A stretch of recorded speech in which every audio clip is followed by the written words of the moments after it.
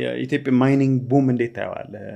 አሁን ከዓለምም በተለይ እስካቫተሮች በመግዛት ሬትድ ሆናል ሪሰንትሊ ሳይሆን ነበር የሃይንዳይ ብቻ እነዚህ ነገሮች እና ያን ቡሙ እንዴት ታደርገዋለህ? ምን ነገሮች ተቀይረው ነው እንደዚህ ሆነው? እኔ ተቀየረው ምናልባት ከፖሊሲ ጋር የተያያዘ ነገር ይመስለኛል አንደኛው። ሁለተኛው ደግሞ የወርቅ ግዢን እና የወርቅ ዋጋን መንግስት የሰጠው ግምትና ለወርቅ ዋጋ የሰጠው የተመን በተመለከተ ይመስለኛል። እና ከዚህ በፊት የነበረው አንደኛ ከዓለም አቀፍ ዋጋ ያነሰ ነበር። ሁለተኛ ያው የናሽናል ባንክ ኢንሴንቲቭም አልነበረውም።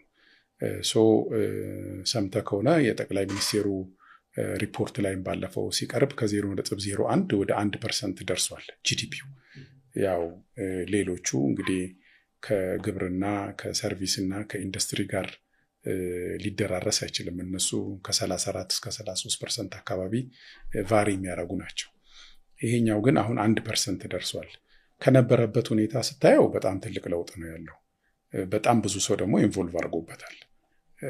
አንዱ ምክንያት ያው መንግስት ወርቁን የሚገዛበት ድሮ ኮንትሮባንድ ምናምን የሚሄደውን ወርቅ ወይም በሌላ በኩል በድንበር አሾልኮ ወስዶ ሌላ ሀገር ላይ ለመሸጥ የነበረውን ትሬንድ ዋጋ አሻሽሎ ናሽናል ባንክ ከዓለም አቀፍ ዋጋ ጋር ተወዳዳሪ አድርጎ አንዳንዴም ደግሞ ቦነስ ጨምሮ ስለሚገዛ የተሻለ አቅርቦት በቀጥታ ለናሽናል ባንኩ ይመጣል። ስለዚህ ያ እሱን ያሳድገዋል። ሌላው ደግሞ ያው ያሉት ማሽነሪዎች የሰው ማዕድን የመፈለግ የመስራት ፍላጎትና እውቀት መጨመር ከዚህ ጋር የተያያዘ ነው። ሌላው እንግዲህ ትኩረት ሰተናቸው ማናቃቸው አይነት ለምሳሌ ድሮ በገበቴ አርቴጂያንስ የሚሰሯቸው ነገሮች አሁን ደግሞ በሚድል ሌቭል ኢንቨስትመንት በኤክስካቫተር እና በዎሽንግ ማሽን ወይም የወርቅ ማጠቢያ ማሽን የምንሰራቸው ስራዎች በጣም እየተለመዱ በመምጣታቸው ኤክስፐርቲዙም ጨምሯል። እንደ ድሮ አይደለም። አሁን ኤክስፐርቲዙም ስለጨመረ ያ አይነት ነገር አለ። ሌላው የአካባቢውንም ሰዎች ተጠቃሚ የሚያደርግ ሞዳሊቲ አለ። ለምሳሌ 30-70% ጆይን የሚደረግበት 40-60% ጆይን የሚደረግበት ኢቨን ሳም ኮስትም ደግሞ አብሮ ሼር የሚደረግበት ሞዳሊቲ ስለተፈጠረ እንደኚህ በአነስተኛ እና በመካከለኛ ማይኒንግ ካምፓኒዎች እና ወይም ግለሰቦች መካከል ጥሩ መሻሻል ይታያል። እንዲሁም ደግሞ በትላልቅ እንደዚህ በነ ቱሉ ካፒ በነ ኩምሩክ በነ ሚድሮክ ያሉ ደግሞ ፕሮዳክቲቪቲዎችም መጨመር አብሮ የማይኒንግ ሴክተራችንን ከፍ ያደረገው ይመስለኛል።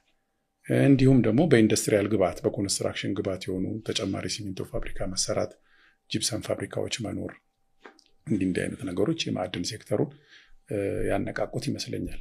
የሚጨምር ይመስለኛል። ግን አሁን በትልቅም ስኬል አለ አይደል? ከዚህ ከሚታጠበውም ውጪ ያ አሁን በሀገራችን 3 ትላልቅ የወርቅ ማዕድናት በአዲስ ገብተዋል። ሌሎችም ፓይፕላይን ላይ ያሉ እኛም የምናውቃቸው። አሁን በቅርብ የተወሰኑትንም አብረናቸው እየሰራን ነው የምንመጣ ይመስለኛል። ትላልቅ አሁን ግን በቅርብ ነው እነሱ እየጀመሩ ያሉት አይደል? አብዛኛዎቹ ይሄ አክቹዋሊ መሬት ላይ ቆፍሮ ኤክስፕሎሬሽን ስራ ላይ ይባላል። ኤክስፕሎሬሽን ያው ኤክስፕሎር ስታደርግ የኤክስፕሎሬሽን ላይሰንስ ሲኖረ የክምችት መጠንህን ለመወሰን ነው። ኦልሬዲ ፋይንድ አድርገው ነው ወደዛ የሚገቡት። በቃ መኖሩን አውቀዋል። ግን ስንት አለ አሁን እዚህ ጠረጴዛ ውስጥ አንድ የሆነች ኳስ ብታስቀምጥ የት ጋ ነው ያለችው፣ ምን ዴብዝ ላይ ነው ያለችው የሚለውን ድሪል እየተደረገ ታይቶ በሚገኘው ናሙና መሰረት ክምችቱ ይገመትና ያንን ያህል ክምችት አለው ተብሎ ሲታሰብ ትልልቅ ኢንቨስትመንቶች እዛ ውስጥ ይሳተፋሉ ማለት ነው። አይ ቲንክ በጣም እኔ አሁን የኩምሩክንም በአካባቢው ሄጄ አይቼዋለሁ። ትልቅ ፖቴንሻል ያለው ነው። በጣም ሰፊ ቫስት ኤሪያ ነው። የአካባቢውም ግንባታ የሰራተኞችም ይዞታ የማቴሪያልም አቅርቦቱ በጣም ቶሎ እየሄደ ይመስለኛል። ጥሩ ነው። ማይኒንግ ላይ ተነቃቅተናል። ደስ ይላል። ቁጥሩም ከፍተኛ ነው። በጣም ብዙ ነው። አሁን ኤክስፖርትም እየተደረገ ያለው ያ እንግዲህ ያው በጠቅላይ ሚኒስትራችንም ተነግሯል። ኤክስፔክት የሚደረገው አማውንት ኒርሊ ወደ 1 ቢሊዮን የሚገመት ኤክስፖርት ከአንደኛው ድርጅት ይኖራል ተብሎ ይታሰባል። የሚበልጥ ይመስለኛል እንጂ የሚያንስ አይመስለኝም። የአካባቢውን ፖቴንሻል እና የሰዎቹን አደረጃጀት ስታየው ተስፋ ሰጪ ነው። በጣም ቆንጆ ነው።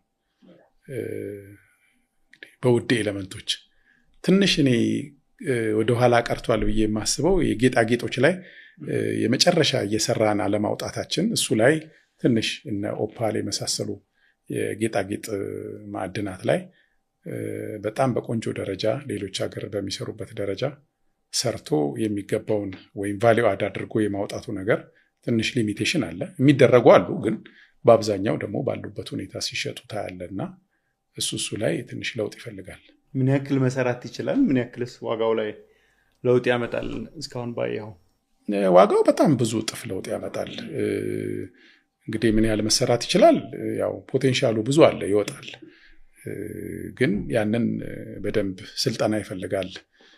እነሱን የዓለም ገበያ በሚፈልገው ኳሊቲ እና በሚፈልገው ጥራት ደረጃ እነሱን ሰርቶ ለማድረግ ሪሶርስም እንትንም ይፈልጋል። አሉ የሚያጥቡባቸው ቅርጽ የሚያወጡባቸው ምናምኖች አሉ። ዋጋቸው በጣም እስከ 10 እጥፍ ድረስ ይለያያሉ፣ ጥሬ ዕቃው ሲወጣና ምርቱ ሲያልቅ እና እዛ ላይ ትንሽ ስራ የሚቀር ይመስለኛል እንጂ እሱም ቢሆን ጥሩ ነው። ግን ዛሬ እንደ ድንገት ከአንድ ሰው ጋር እያወራሁ ነበር ስለ ማዕድን ማለት ሌላ ያነሳልኝ ነገር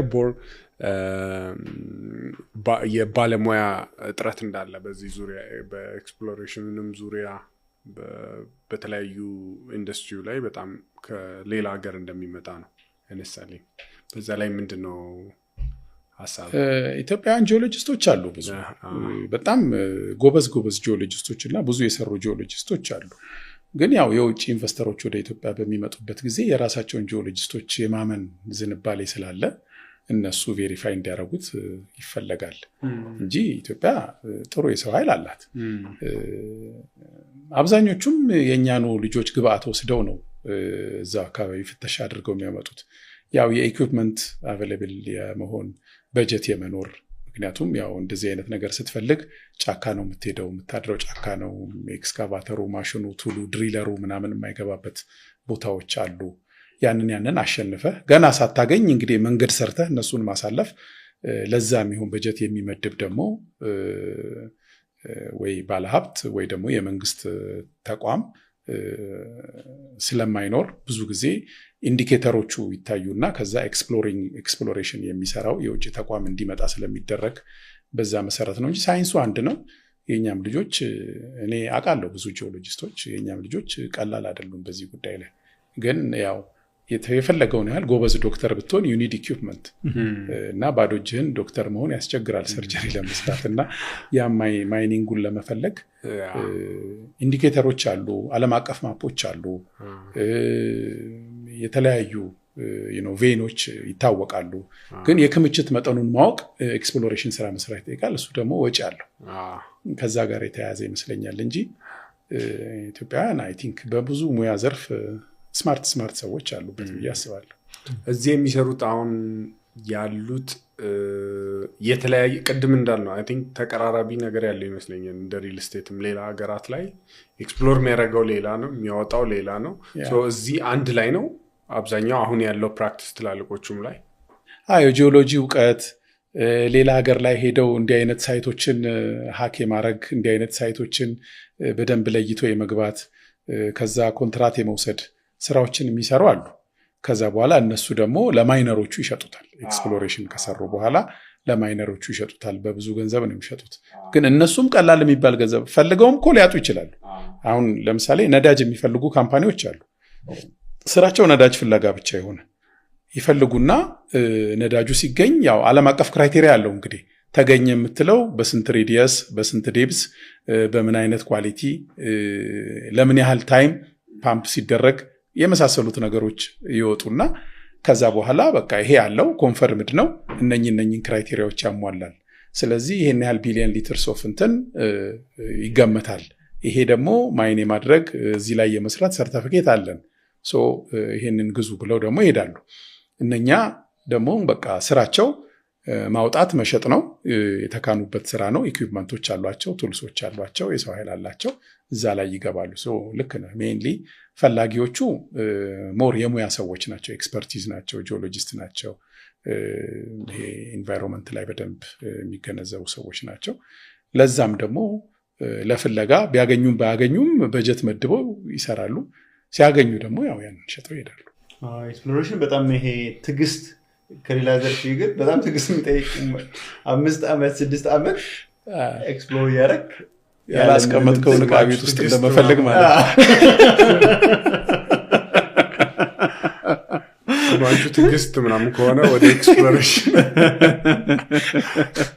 ይህ ምልክት ነው። አንድ ቀንም ያነሳው ወርቅ ላይ ብዙ አነሳን እንጂ ሞር ብትሄድበት ደስ ይለኛል። ኢንዱስትሪያል ማይኒንግ ኢቨን ጨው ላይ ብዙ አሁን ዓለም አይ ቲንክ የዓለም ፖለቲካ ኢቨን ሪሶርስ በጣም እየተያዘ እየሄደበት ያለ ነገር ነው። አሁን የወርቁ ደግሞ የሚያሳየን አይ ቲንክ የኢትዮጵያ ካፓሲቲ የሆኑ ፖሊሲዎች አንሎክ ቢደረጉ ምን ያክል እንደሆነ የሚያሳዩ ነገሮች ናቸውና አሁን የአፋርን ብታይ የተለያዩ ቦታዎች ኦቨርቪው ያየው ነገር ካለ ኢንዱስትሪያል ሚነራልስ ላይ ብናወራ ደስ ይለኛል። ያ የኢትዮጵያ አክቹዋሊ በጨው ብዙ የሚነገርለት ነው። ለአውሮፓም ለምናምንም በክረምት በረዶ ለማጥፊያም በደንብ ሎጂስቲክሱ ከተመቻቸና የወደብ አክሰሶች ምናምን ካሉ ባጭሩ ጭኖ ለአውሮፓ ትልቅ ገበያ ያለው ፖቴንሻል ነው ጨው ስራ። እኛ ግን ፐርሰናሊ የምንሰራው የዶሎማይት ነው። ዶሎማይት ነው የምንሰራው። አፍሪ ኢንቨስትመንት የዶሎማይት ማይኒንግ ቦታዎች አሉት ቱርሚ ሳውዝ ላይ፣ እዛ የዶሎማይት አለው። እንግዲህ የራሳችን ዌርሃውስ ስላልነበረን ፋብሪካም ተከራይተን እዚህ ቃሊቲ አካባቢ ሚሊንግ ስራውን እንሰራ ነበር።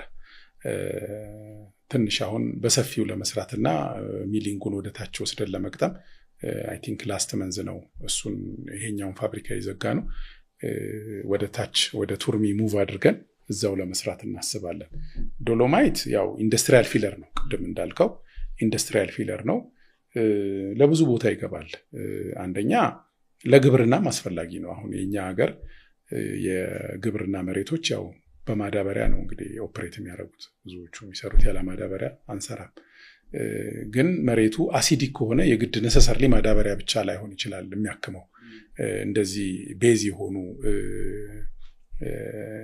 እንደዚህ ካልሽየም እንትን ይዘታቸው ከፍ ያለ ማዕድናት በምታረግበት ጊዜ አሲዱን ወደ ቤዝ ይቀይረዋል ማለት ነው።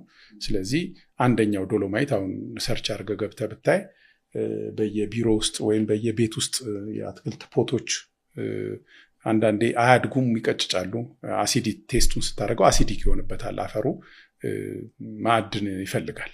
ስለዚህ ለሱ ታሽጎም ይሸጣል። አሁን ስትሄድ ውጭ ሀገርም የእነኚህ ዶሎማይት ታሽጎ ይሸጣል። ለቤት አትክልቶች ትነሰንሰዋል፣ አሲዲክ መሬቱን ኒውትራላይዝ ያደርግልሃል ማለት ነው። ለግብርና ይፈለጋል የዚህ ዶሎማይት ፕሮዳክት። ሁለተኛ ደግሞ ለሳሙና ጥሬ ዕቃነት ላይክ አሁን አጃክስ ሳሙና ታጥባችሁ ከሆነ እጅ እስኪሞርድ ድረስ ይደርቃል። አንዳንድ ሳሙና ደግሞ ገና ውሃ ውስጥ ስትከቱት ጭምልቅ ይላል። በዛና በዚህኛው መካከል የሚጫወተው ዶሎማይት ነው። የዶሎማይት ግብአት የሳሙናው ቴክስቸር ይዞ እንዲቆይ ያደርገዋል። ያንን ኦይል ወይንም ፋቲ አሲድ ቴክስቸር ይዞ እንዲቆይ ያደርገዋል እና ልክ ሳሙናውን በሚመታበት ጊዜ ቶሎ ሙልጭም ብሎ እንዳያልቅ፣ ድርቅም ብሎ ደግሞ ልብስ የሚጨርስ አይነት እንዳይሆን የተመጣጠነ የዶሎማይት ግብአት ይፈልጋል ሳሙናም ሲመረት። ሌላው ቀለም አሁን እንደዚህ ሊኩዊድ ነው ከለሩ ሲመጣ፣ ይህንን ሊኩዊድ ግርግዳ ላይ አትቀባውም። ስለዚህ ቱ ሳም ኤክስቴንት ምን መደረግ አለበት? ቪስኮሲቲው ከፍ እንዲል ማወፈር ያስፈልጋል። ቀለሙ ወፈር እንዲል ማድረግ ያስፈልጋል እና ያንን ቀለም ወፈር ለማድረግ የምንጠቀምበት ግብአት ዶሎማይት ይባላል። እና ለምሳሌ ጂፕሰም ቢሆን ስንከትበት ይደርቃል። ቆርቆሮውን ስትከፍተው ያው ድንጋይ ነው የምታገኘው ማለት ነው። ይሄ ግን ቶሎ የመድረቅ ባህሪ ስለሌለው ካራክተሪስቲክሱ ተመሳሳይ ቢሆንም ግን አይደርቅም። ስለዚህ ቪስኮሲቲውን ይዞ እንዲቆይ ያደርጋል። ለቀለም ፋብሪካ ግብአትነት፣ ለሳሙና ግብአትነት፣ ለመሬት አሲዲክ ለሆነ መሬት ይፈለጋል። ሴራሚክ ለመስሪያ፣ ፊለር ደግሞ በሴራሚክ መካከል ያለ ፊለሮችን ለማድረግ ለእንደዚህና በአብዛኛው ዶሎማይትን ኢንዱስትሪያል ፊለር ይሉታል ወይም ኢንዱስትሪያል ሪሶርስ ይሉታል። እና ኢቨን ፕላስቲክ አሁን ለምሳሌ ፓይፖች፣ የውሃ ፍሳሽ ማስወገጃ፣ የሽንት ቤት ፍሳሽ ማስወገጃ ፓይፖች ደረቅ ናቸው፣ እነኚህ ደግሞ ስስ ናቸው። እነኚህን ካራክተሪስቲክስ ወደዛ ለመቀየር ዶሎማይት ያስፈልጋል።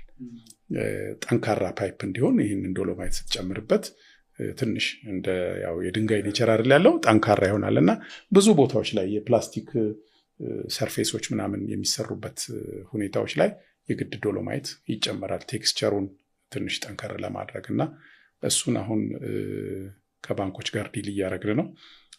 እዛው ቱርሚ ላይ አንድ ፋብሪካ አንድ ማሽን አስመጥተን እዛው ቦታ ተሰጥቶናል። እዛው ኢንስቶል እናደርጋለን። እንግዲህ ቀጣዩ ፕሮጀክታችን እሱ ይሆናል ማለት ነው። ኢንትረስቲንግ። ይሄም ኮንስትራክሽን ላይ ስላለህ ነው ፋይንድ አውት ያደረከው ቢዝነሱ? እኔ ያው ኢንዱስትሪ ውስጥ ሰርቻለሁ። ከብዙ ኬሚካል እና ሜካኒካል ነገሮች ጋር ኤክስፖዝድ ነኝ። ለምሳሌ ሳሙና ፋብሪካ ራሴ ሰርቻለሁ፣ አውቃለሁ እንደሚፈልግ።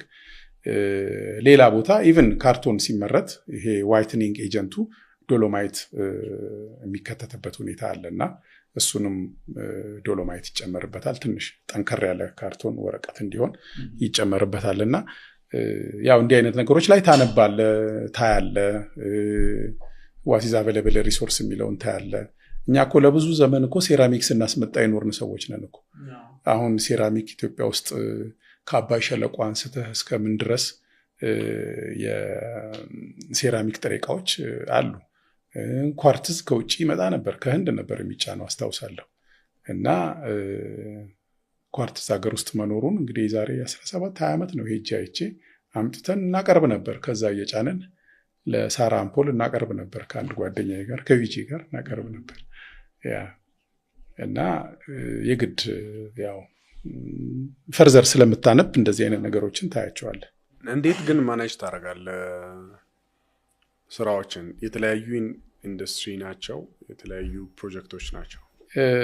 ያ እንግዲህ የምልህ ምናልባት እንግዲህ ድሮ ወፍጮ ፈጪ ያስፈጭና በጠረጴዛው ላይ ቀደዳዳ እያደርጎ ወደ ብሩን እንደዚህ እያስቀመጠ የምትሰራ ካልሆንክ በስተቀር ዴሊጌት ታደርጋለህ። ይሄንን የሚሰራ ዴሊጌት ታደርጋለህ የሰው ኃይል። ስለዚህ ያው ሁሉም ሰው የራሱን ስራ ሁሉም አይደለም የሚሰራው። ስለዚህ ያው የራሱ ማናጀር ይኖረዋል፣ የራሱ ሴፓሬት ኢንቲቲ ይኖረዋል። በዛ መሰረት የእያንዳንዱን ስራዎች ታከፋፈላለህ፣ ታያለህ። እንደ ማናጀር ደግሞ ያው ትገመግማለህ፣ ዳይሬክት ታደርጋለህ፣ ኢቫሉዌት ታደርጋለህ፣ ችግራቸውን ትፈታለህ። ወይዘር ፋይናንሻል ሆነ ቴክኒካል ነገሮችን ከነሱ ጋር ተነጋግረህ መፍትሄ ታበጃለህ። ከዛ ውጪ እንግዲህ ያው ስራው በሚኖሩት ስታፎች ረን ያደርጋል። ያንተን ሪኳየርመንት ያንተን ፍላጎት በምን መልኩ እንደሚሰራ እንደምታስብ፣ ለምሳሌ በቀን ስንት ፓምፕ መቅጠም ይቻላል ኤፊሽንሲ ሬቱን አይተህ ምን ብለህ ያንን ልጆችን ትሬን አድርገህ በአብዛኛው ያው የማብቃት የማሰልጠን እንዲህ አይነት ነገር የማሳየት ነገር ታደርጋለህ። ስራውን አከፋፍለ መስራት ነው። ሁሉም ኦነር የራሱን ስራ የሚሰራ ከሆነማ ያው ሁሉም ምንድን ነው የሚባለው አርከበ ሱቅ እንደሚባለው አንዳንድ ሱቅ ይዞ ሁሉም ይቀመጣል ማለት ነው። ማንሳት እንችላለን ቢያስባለሁ ስለ ዴሊጌሽን ላይ ጥሩ ኤክስፒሪየንስ ይኖራል፣ ያ መጥፎ ኤክስፒሪየንስ ይኖራል። መጥፎ ኤክስፒሪየንሱ እንድትቀይር እና በጣም ሰክሰስፉል ዴሊጌሽን የምትለው በአንድ ያደርገው የምታነሳው ምሳሌ ካለ ዴሊጌት አድርገህ ደግሞ እንደፈለከው ሳይሄድ ቀርቶ ኮሬክሽን ያደረክበት የምታነሳው ምሳሌ ካለ?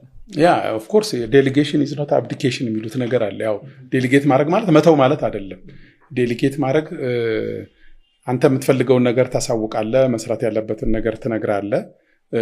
ከዛ በኋላ ደግሞ ኮች እያደረክ ትሄዳለህ። ኮች እያደረከው ትሄዳለህ። የሰራውን ስራ እያየ ጥሩውን ኢንከሬጅ እያደረክ መሻሻል ያለበትን ነገር ደግሞ እያሻሻል ያው ኦልዌይስ ዜር ኢዝ ሩም ፎር ኢምፕሩቭመንት ሩም አለ ሁልጊዜ። ምንም ነገር ፐርፌክት ነው በቃ ከዚህ ውጭ ይሄ ነገር ሊሻሻል አይችልም የምትለው ነገር የለም። ስለዚህ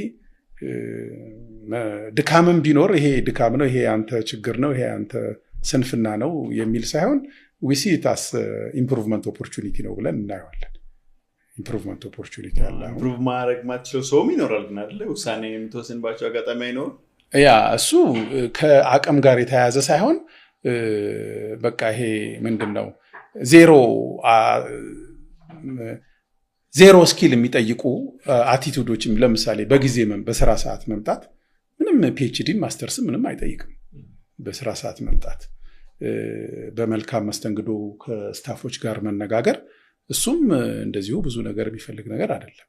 ታማኝነት፣ ኢንቴግሪቲ፣ እሱም doesn't need any PhD or ዲፕሎማ፣ ምንም አይነት ኳሊፊኬሽን አይፈልግም። እነኚህ ከፐርሰናል አቲቲዩድ ጋር የተያያዙ ጉዳዮች ከሆኑ እነሱ ሊቀየሩ ስለማይችሉ you didn't choose the right person ማለት ነው። ግን አቲቲዩዱ ኖሮ አቅም ማነስ፣ የግንዛቤ ሁኔታ ከሆኑ ግን you always play a support role። ስለዚህ ሰፖርት ሮልን ትወጣለህ እና ምንም ብትደግፈው በስራ ሰዓት መምጣት የማይፈልግ ሰው ከሆነ ልታሻሽለው አትችልም። ይሄ በድጋፍ የሚስተካከል ጉዳይ አይደለም። ግን ፕሮቫይድድ ዛት አሁን ትምህርትም እኮ ሲሰጥ አንድ ሰው ትምህርት ይማር ተብሎ ትምህርት ቤት እኮ የሚሄደው ስራ በጊዜ እንዲገባ፣ ሰው እንዲያከብር፣ ጉቦ እንዳይቀበል፣ እንዲህ እንዳያረግ እኮ አይደለም የሚማረው ፕሮቫይድድ ዛት እነኚህ ባህሪያት እንዳሉት ሆኖ እነኚህ ታሳቢ ተደርገው በቤተሰብም በቸርችም ወይም በመስጊድም ቤትም ቦታ በሚያምነው እምነት መሰረት ይሄን ተምሯል፣ ሙሉ ሰው ነው፣ ግን ስኪል ያስፈልገዋል ተብሎ ነው ያ ሊማር የሚችለው። ስለዚህ ኤጁኬሽን ራሱ ይሄንን ስኪሉን ዌይ ኦፍ ዱይንግ ቲንግስ ነው እንጂ የሚያስተምረው የሰውን ስብዕናው ማንነቱን አይደለም የሚያስተምረው። ያ ማንነቱ ራሱ ሊኖረው ይገባል። ይሄ አለ ተብሎ ታሳቢ ተደርጎ ነው ሌሎች ነገሮች ሊሰጡት የሚችሉት። ያ ካሌለ እንዳልከው ውሳኔ ትወስናለህ፣ አይቀናም። ኦፍ ኮርስ ያ አዲስ ኢንዱስትሪ ነው። it's quite interesting ሳፋየር አይ ቲንክ ፕሮሰሲንግ ቢኖር በጣም አሪፍ ነው። ምክንያቱም ብዙ የኢትዮጵያ ሰው ደግሞ ምን ይላል መሰለህ፣ ይሄን ሚሳ በተለይ ዲያስፖራ መመለስ ሲፈልግ ኦፖርቹኒቲዎቹ ምናምን ማየት ይፈልጋል። ምን ላይ ልግባ፣ ምን ልስራ ይላል። አሁን የሳፋየር ፕሮሰሲንግ በጣም አሪፍ ሀሳብ ነው። ያ እንትን ሙያው ይሄ ጌጣጌጥ ላይ ለመስራት ስኪል ይፈልጋል ባይዘው አይደለ? እሱ አክቹአሊ ተሰጥኦም ይፈልጋል። አንዳንድ ሰው ናቹራሊ ተሰጥኦ አለው። በቃ የሆነችን ነገር የማምጣት ተሰጥኦ አለው። ተሰጥኦ ፕላስ ትሬኒንግ ኤንድ ስኪል ሲኖር አንተ በቃ የምትፈልጋት ነገር እስክትመጣ ቁጭ ብለህ በትዕግስት ያቺን ትሰራ አይነት ሰው ከሆንክ ትሰራለህ። ትዕግስት የሌለው ዝም ብሎ ወክ አራውንድ የሚያደርግ ወይም ደግሞ ላይክ ኤክስትሮቨርት ታይፕ ምናምን ከሆነ ላይሆን ይችላል። ኢንትረስቲንግ